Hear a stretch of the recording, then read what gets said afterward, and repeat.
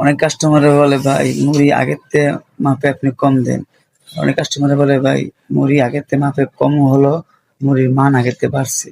ভাই ভালো কিছু ভাই খাইতে হইলে ভাই একটু কমই খাওয়ানো লাগে। আগের থেকে মসলা কোয়ালিটি উন্নত করছি, ঠিক আছে?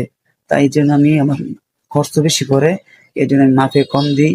আমি যদি ভাই আমার পড়তে না পড়লে তো আমি তো আমার বেঁচে লাভ নাই নাকি? তাহলে আমার কথা হইলো ২ মুঠ না খাই ১ মুঠ খামু, খাইলে জানি মোহ লাইগা থাকে।